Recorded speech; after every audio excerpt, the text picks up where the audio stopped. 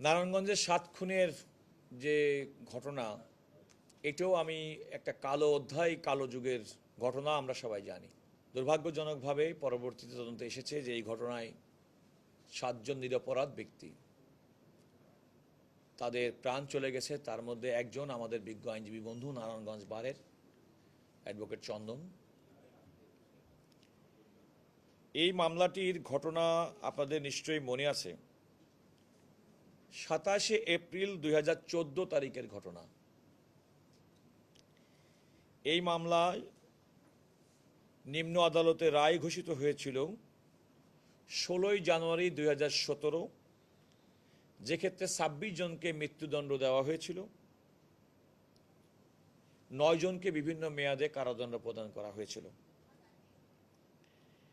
হাইকোর্টে যখন এটি রেফারেন্স আকারে এবং আপিল আকারে শুনানি হয়, তখন হাইকোর্ট বিভাগ ১৫ জনের মৃত্যুদণ্ড বহাল রেখেছিলেন এবং ১১ জনের মৃত্যুদণ্ডের আদেশটাকে কমিয়ে যাবজ্জীবন কারাদণ্ড দিয়েছিলেন। এবং এই জাজমেন্টটি হাইকোর্ট প্রচার করে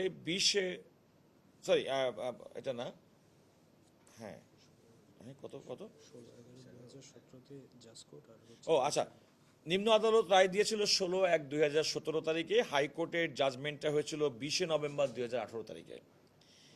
আপনারা জানেন যে কোনো হাইকোর্ট কখনো কারো মৃত্যুদণ্ড দিলে কিংবা কনফার্ম করলে আমাদের সংবিধানের ১০৩ অনুচ্ছেদ অনুযায়ী অটোমেটিক্যালি আপিল করতে পারে। তো আমাদের তথ্য মতে ২০১৯ সালে যারা দণ্ডিত ব্যক্তি, তাদের পক্ষ থেকে সুপ্রিম কোর্টে আপিল করা হয়েছে, সম্ভবত একাধিক।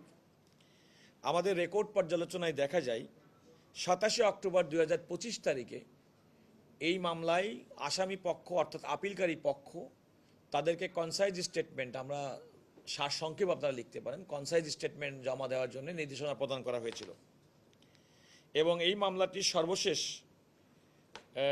১৯/১১/২০২৫ তারিখে সুপ্রিম কোর্টের আপিল বিভাগে কার্যতালিকায় এসেছিল।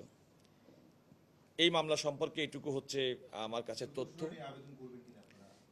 দেখুন, এখানে প্রথম কথা হচ্ছে যে এই মামলায় আপিল কিন্তু সরকারের পক্ষ থেকে করা হয়নি। আপিল করেছেন দণ্ডিত ব্যক্তিরা।